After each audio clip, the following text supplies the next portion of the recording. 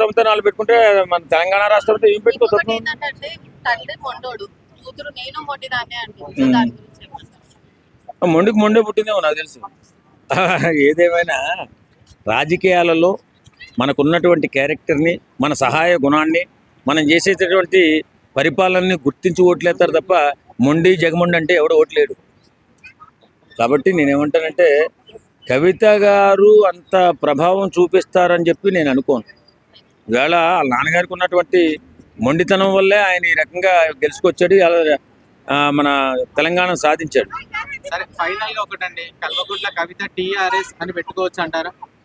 మరి వాళ్ళ బీఆర్ఎస్ పోయిన తర్వాత టీఆర్ఎస్ అని పెట్టుకోవచ్చు. ఈ లోపు వాళ్ళు ఏదైనా మార్చుకుని మేము సేమ్ టీఆర్ఎస్కి వెళ్ళిపోతాం అనుకుంటే. జాగృతి అనేది ఒకటి అనుకున్నారంట ఇంతకుముందు, తెలంగాణ జాగృతి అని, ఇప్పుడేమో తెలంగాణ రాష్ట్ర సమితి అని చెప్పేసి మార్చుకుంటామని చెప్పేసి అంటుంది. ఎవరి ఇష్టం వాళ్ళు అంటారా? ఇప్పుడు తండ్రితో పోటీ పడుతున్నటువంటి కవితని జనాలు మద్దతు ఇస్తారా? ఎవరు కవిత గారికి ఎవరు? ఎందుకంటే ఆమె నోరు కూడా మంచిది కాదు.